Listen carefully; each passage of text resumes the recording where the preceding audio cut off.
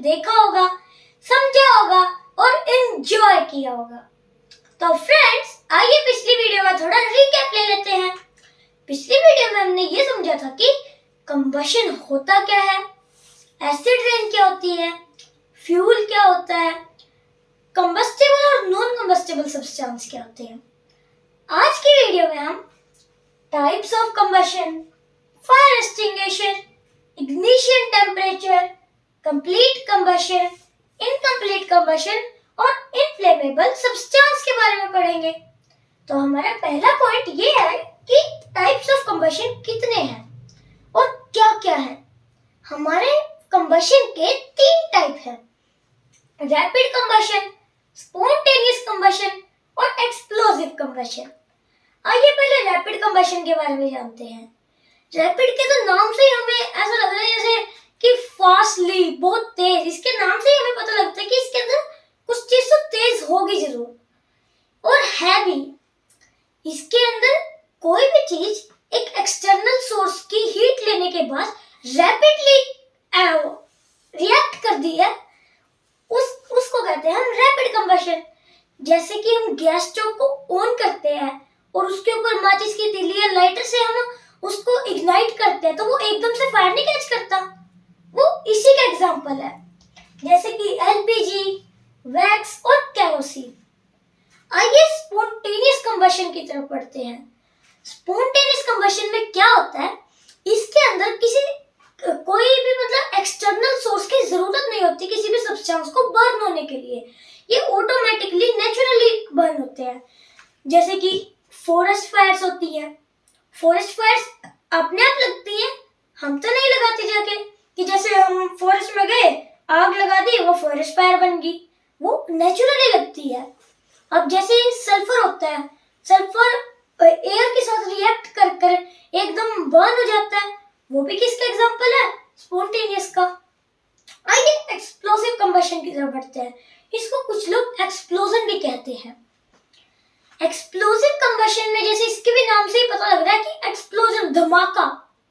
अब धमाका कब होता है, जब दिवाली पर पटाखे जलाए जाते हैं। अब पटाखे, जैसे हम पटाखे की जैसे जो बत्ती होती है उसको हम जैसे आग लगाते हैं ना, तो एकदम से हमें पहले तो उसको हीट निकालता है वो, फिर वो लाइट निकालता है, फिर एकदम से साउंड निकालता है वो। तो इसके अंदर क्या होता है, हीट और लाइट एनर्जी के साथ साउंड एनर्जी भी रिलीज होती है। इसे कहते हैं हम explosive combustion. Is it clear?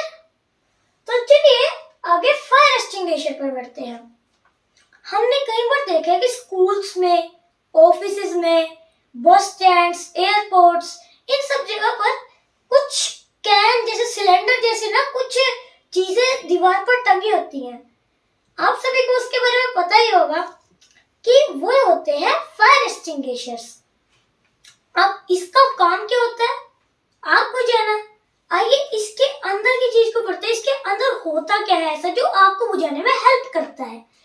इसके अंदर एक फॉर्मूले से कुछ चीजें डाली जाती है।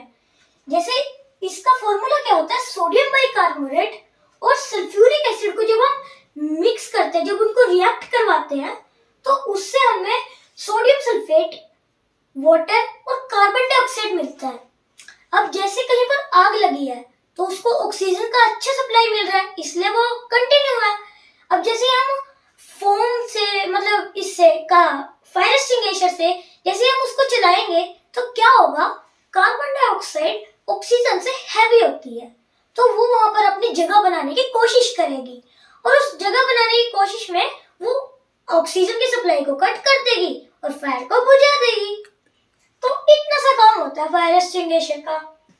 आइए इग्निशन टेम्परेचर को समझते कि इग्निशन टेम्परेचर क्या होता है। The minimum temperature at which a substance can burn. ये सबसे कम टेम्परेचर होता है, जो सबसे मिनिमम टेम्परेचर जिस पर एक सब्सटेंस सफिशिएंटली बर्न हो जाए, वो होता है इग्निशन टेम्परेचर। आइए कंप्लीट कंबशन की तरफ बढ़ते हैं। अब कंप्लीट कंबशन क्या होता है, इस कंबशन के अंदर हमें ऑक्सीजन है ना जो वो सफिशिएंट मिलती है, जो सारी चीजें है ना वो अरेंज होती है, सफिशिएंट होती है, जिसके कारण ये कंबशन आराम से चलती है, इसको ये इजीली हो जाती है कंबशन। अब इसका फॉर्मूला क्या है, जैसे फ्यूल और ऑक्सीजन, सफिशिएंट ऑक्सीजन जब रिएक्ट करती है तो कार्बन डाइऑक्साइड, वाटर और हीट और लाइट को निकालती है। अब इसका एग्जांपल क्या है, कैंडल।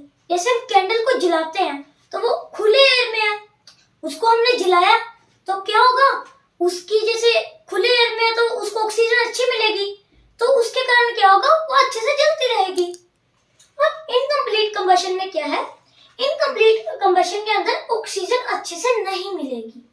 अब ऑक्सीजन अच्छे से नहीं मिलेगी, इसका क्या मतलब है, तो जैसे हमारा जो फ्यूल होगा ना वो इनकम्प्लीट ऑक्सीजन के साथ रिएक्ट करेगा, जिसके कारण carbon dioxide, water, heat light और स्मोक भी निकलेगा।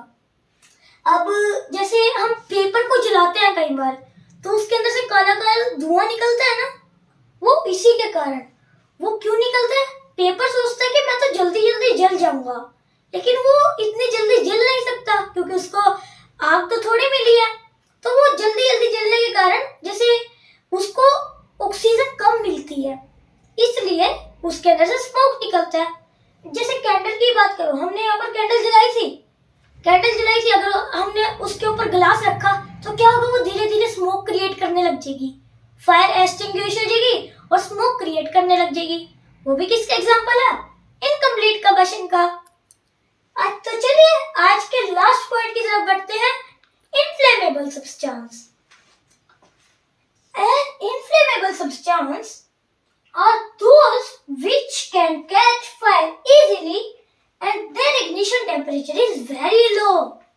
ये ignition temperature होता क्या है, इसके अंदर एक सब्सटेंस जल्दी से फायर कैच कर लेता है और इसका इग्निशन टेम्परेचर भी बहुत कम होता है। इसको हम किलो जूल पर केजी पर मेजर करते हैं। तो आज की वीडियो के लिए इतना ही। तब तक के लिए अपने इस छोटे से दोस्त को लाइक शेयर सब्सक्राइब के द्वारा प्यार दिखाएं, वीडियो को पूरा देखें। Till then bye.